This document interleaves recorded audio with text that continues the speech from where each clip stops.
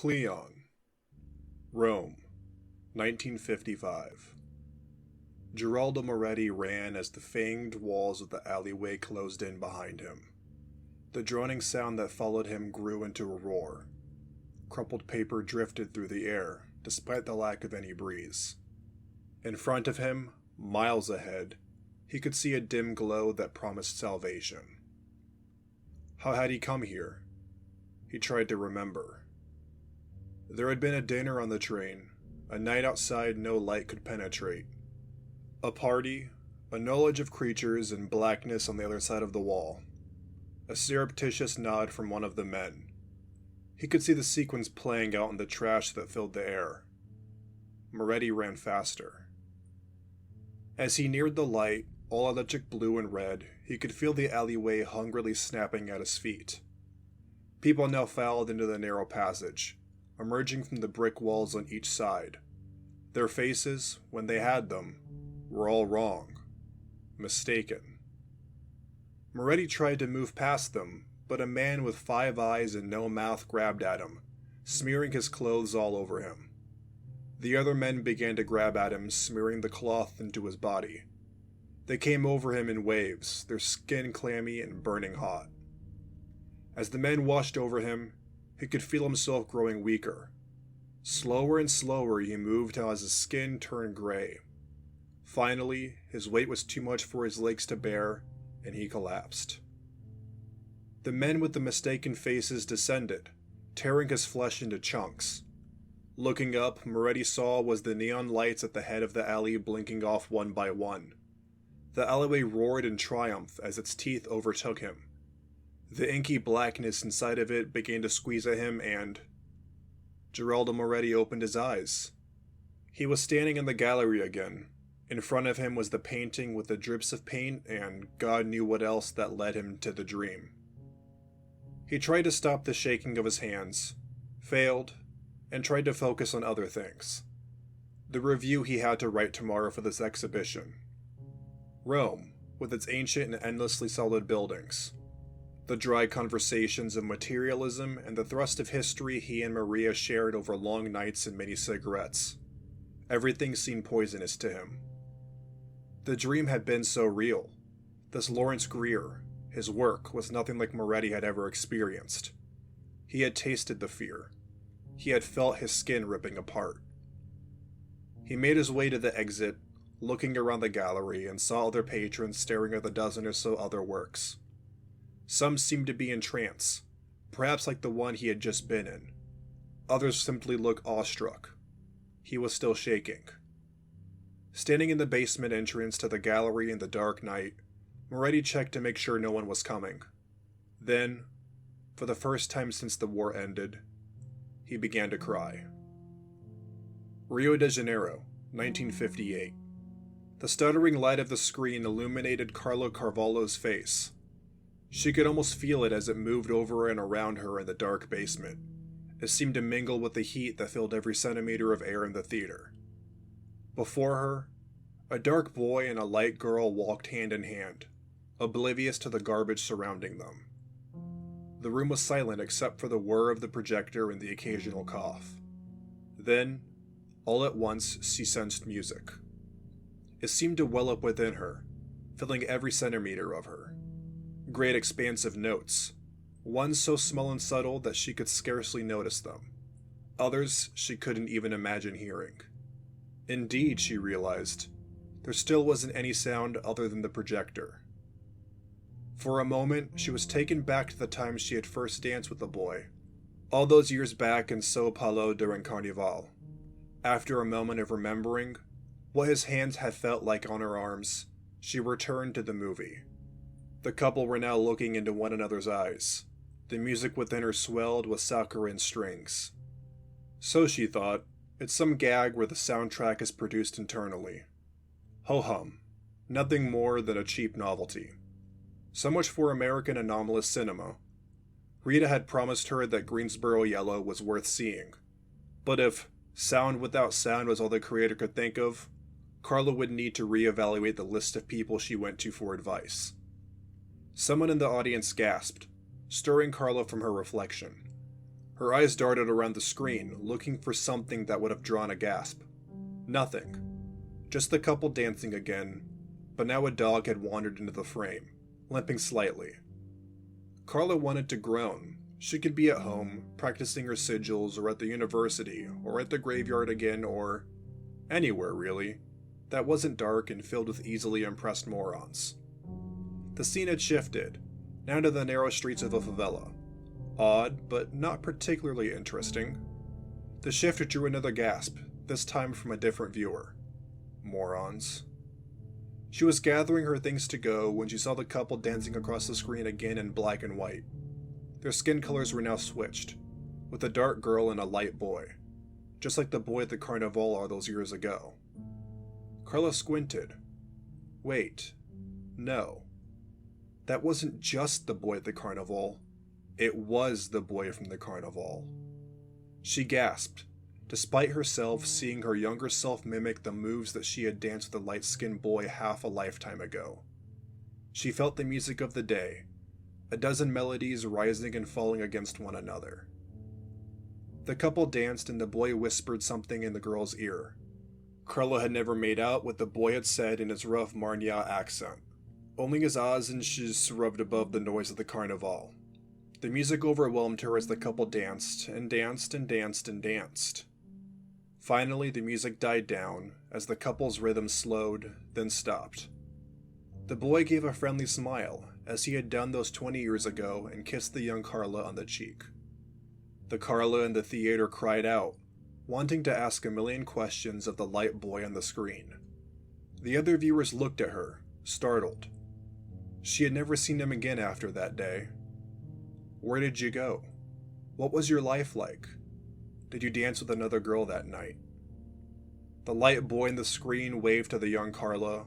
Then, he walked out of her life forever. The music was almost imperceptible. Carla clenched her fists so hard that she could feel the pain in her wrists. She wanted to yell and stomp her feet and curse the director and the boy and the idiots gawking at one of her most cherished memories. The Carla on the screen stood, dazed and smiling on the sidewalk. Then, she began to skip. As she did, the young girl began to change. She grew taller, and her hair grew straighter. The music around her grew lighter. When she finished skipping, arriving at a plain gray building with a palm tree in front, the girl was no longer Carla. She looked almost identical to one of the women in the audience now. There was a gasp. Carla turned, just in time to see the woman's jaw drop as she saw her doppelganger on screen. Carla sat through the rest of the film, watching the half-digested memories of the audience stitch themselves into a narrative. She sat as marriages and broken wrists and spilled rice played out on screen, as the music played within her. But she never saw the boy again. Cotonou, 1962. The air of the exhibition seemed to wrap itself around Iwincia Soglo, strangling him. The small elite of Cotonou had gathered here at the small, nondescript building near the heart of the city to be seen. A half-dozen conversations, all in French, wove their way between the well-dressed patrons. Iwincia avoided the conversations. Not because he couldn't partake, he reminded himself, but because he was too profound a thinker to be caught up in their gossip. Ever since that day when his professor had introduced him to the Book of Marks in the brown paper wrapper, he had seen the world as it truly was. Everything, from religion to the anomalous art, was superstructure. So let the well-dressed idiots prattle on about their petty feuds. Iwincia could see where the world was headed. He knew he was on the right side of history. He moved from exhibit to exhibit, having decided to stay just long enough to be seen. A series of photographs that caused him to taste the color blue. A guitar that gave off the sound of a dozen songs playing simultaneously. Ho-hum. Iwincia came to the grotesque statue in the corner of the room. All twisted metal stretching upwards, towards the ceiling. It was by far the ugliest object in the gallery. Iwincia could make out dozens of faces contorted into grimaces. Whether from pain or amusement, he couldn't tell. Typical American garbage, Iwincia thought. As he turned to leave, he blinked, and the world fell apart. The elegant conversations in studiously accented French morphed into the yapping of dogs. He looked around at the other patrons and saw that they no longer had mouths or eyes. He tried to remember where he was. The most holy Dahomey Empire, he remembered, under the enlightened rule of Emperor Maurice XIV. These vile creatures were nothing but half-made beings, cobbled together from the unmade portions of humans. There was nothing to fear from them. He turned to the grotesque statue, a monument to one of Maurice's predecessors. He blinked again. The air ran thick with ropes of words. Uwincia could see the contours of the conversations flowing from the patrons' mouths. The words skittered through the gallery, pulling the sentences into a pile in the center of the room. He couldn't remember where he was anymore, just the contours of the country, the city, the neighborhood he was in. Only the statue was solid. Uwincia blinked again, and the world was remade. And again, and again, and again. Finally, he stepped away from the statue, and the world was as it had been. He was Uwincia Sogolu once again. He was in Benin, Cotonou specifically. These patrons were nothing but fictitious gits. History had a direction, one that he was helping to guide in his small way. He moved away from the statue that had remade the world again and again. He wasn't scared. He reminded himself just wanted to experience the other so-called art here. Even as he looked at paintings that moved and sculptures that sang, he couldn't stop thinking about the ugly statue. 2 months ago, he had been to an exhibition from the Soviet Union. The anomalies, such as they were, merely filled him with proletariat pride and made him feel as though he was riding the first tractor at a proud cocottes. Committed communist though he may have been, Uwincia had to admit that he would not remember the Soviet work in a year's time. But this decadent American piece, he would be puzzling over it for years to come.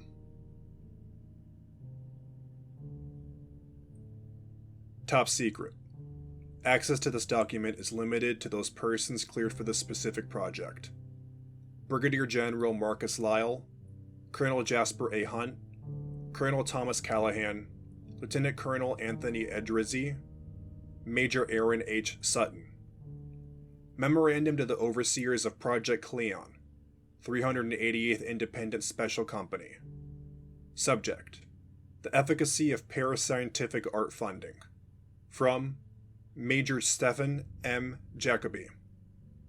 Since its inception in 1953, the work of Project Cleon has been first, to identify American citizens engaged in the use of parascientific materials and the method to produce works of art, and second, to covertly fund and foster the work of these individuals, particularly with regards to international exhibition.